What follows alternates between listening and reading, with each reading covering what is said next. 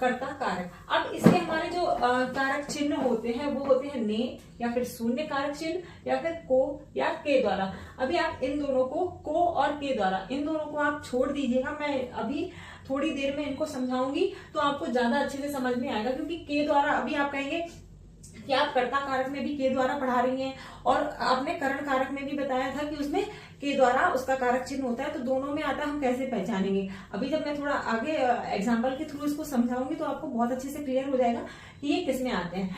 80% तो हमारा जो भी है कर्ता कारक में वो हमारे ये दो ही कारक चिन्ह आते हैं, एक तो ने आएगा और दूसरा या फिर शून्य कारक चिन्ह आएगा। तो चलिए अभी हम देखते हैं कि कर्ता कारक होता क्या है।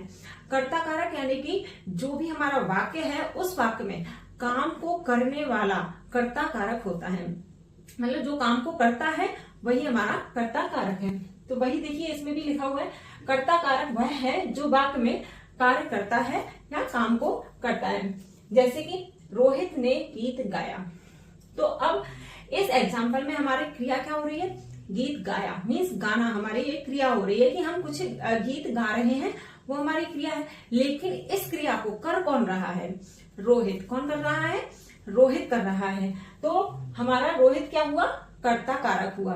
क्या हुआ, कर्ता कारक हुआ। और इसका जो चिन्ह होता है ने, तो देखिए आप रोहित के आगे ने भी लगा हुआ है, आप चिन्ह को देखकर भी पहचान सकते हैं कि यहाँ पर ने आया है तो ये कर्ता कारक होगा। और लेकिन कभी कभी क्या होता है, जैसे मैंने अभी आपको बताया कि शून्य कारक चिन्ह भी होता है, तो कभी कभी कुछ वाक्यों में हमारा कारक चिन्ह नहीं आता है। जब नहीं आता है तो वहां पर भी हमारा कर्ता कारक होता है, लेकिन जब चिन्ह नहीं आया तो हम कैसे पहचानेंगे। तो सबसे पहले बच्चों सारे ही कारक, कोई सा भी कारक हो, चाहे वो कर्ता कारक हो या करण हो, संबोधन हो, कोई से भी कारक हो, आपको चिन्हों से तो देखना ही है कि चिन्ह आता है तो एक आपको पता चल जाता है कि हाँ ये हमारा ये वाला कारक है।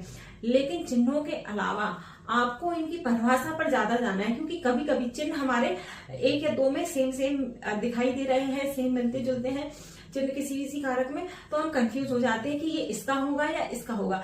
लेकिन अगर आपको इन कारकों की परिभाषा अच्छे से पता है, इनका मतलब पता है कि ये कारक मतलब वाक्य में जो कारक है वो किस कार्य को कर रहा है या किसी कर्म का प्रभाव किसी क्रिया का प्रभाव उस पर पड़ रहा है या किसी साधन के द्वारा किया जा रहा है, किसी से अलग हो रहा है, जब हमें इन सभी कारकों की परिभाषा अच्छे से पता होगी तो हम बहुत ही अच्छे से किसी भी वाक्य में कारक को पहचान पाएंगे। तो आपको जो चिन्ह तो याद रखना ही है, लेकिन चिन्हों के साथ साथ आपको इनकी परिभाषा पर अधिक ध्यान देना है, उनको भी बहुत अच्छे से करना है कि कभी अगर दो वाक्य हमारे आ रहे हैं और उनमें हमारे कारक चिन्ह सेम है लेकिन कारक दोनों के अलग है, तो हमें समझ आ जाए कि इसमें कौन सा